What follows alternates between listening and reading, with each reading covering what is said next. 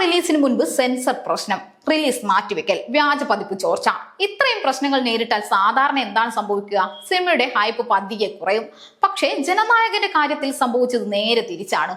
ഓരോ വിവാദങ്ങളും തടസ്സങ്ങളും വന്നപ്പോൾ സിനിമയെക്കുറിച്ചുള്ള ചർച്ചകൾ കുറയുകയല്ല, കൂടിക്കൊണ്ടേയിരുന്നു.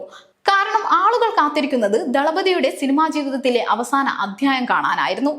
ഇപ്പോഴത്തെ ആ കാത്തിരിപ്പിന് വിരാമമിട്ട് ജനനായകൻ റിലീസിലേക്ക് ഒരു പടി കൂടി അടുത്തിരിക്കുകയാണ്.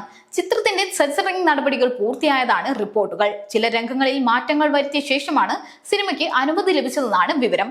സത്യത്തിൽ ഈ സിനിമയുടെ യാത്ര തുടക്കം മുതൽ തന്നെ വാർത്തകളിൽ നിറഞ്ഞു നിന്ന ഒന്നായിരുന്നു. ആദ്യം പൊങ്കൽ റിലീസായിട്ടാണ് ചിത്രം തിയേറ്ററുകളിൽ എത്തുമെന്ന് പ്രഖ്യാപിച്ചത്.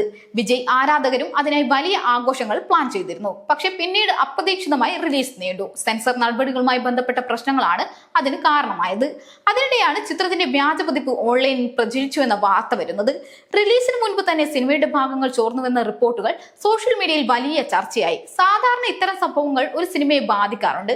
എന്നാൽ ജനനായകന്റെ കാര്യത്തിൽ അതും മറിച്ചായിരുന്നു. ഓരോ പുതിയ വാർത്തയും സിനിമയോടുള്ള കൗതുകം കൂട്ടുകയാണ് ചെയ്തത്.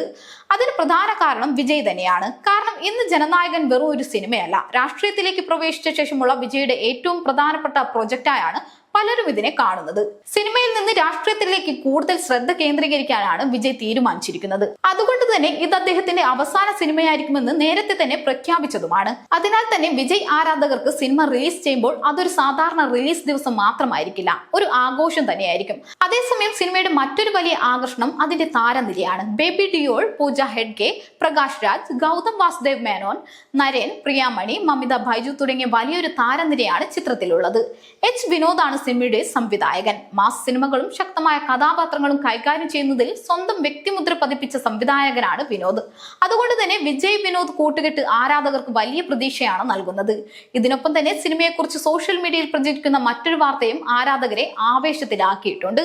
വിജയുടെ അടുത്ത സുഹൃത്തുക്കളും ആരാധകരും പ്രിയപ്പെട്ട സംവിധായകരുമായ ലോകേഷ് കനകരാജ്, അറ്റ്ലി, നെൽസൺ എന്നിവർ ചിത്രത്തിലെ ഒരു ഗാനരംഗത്തിൽ പ്രത്യക്ഷപ്പെടുമെന്നാണ് റിപ്പോർട്ടുകൾ.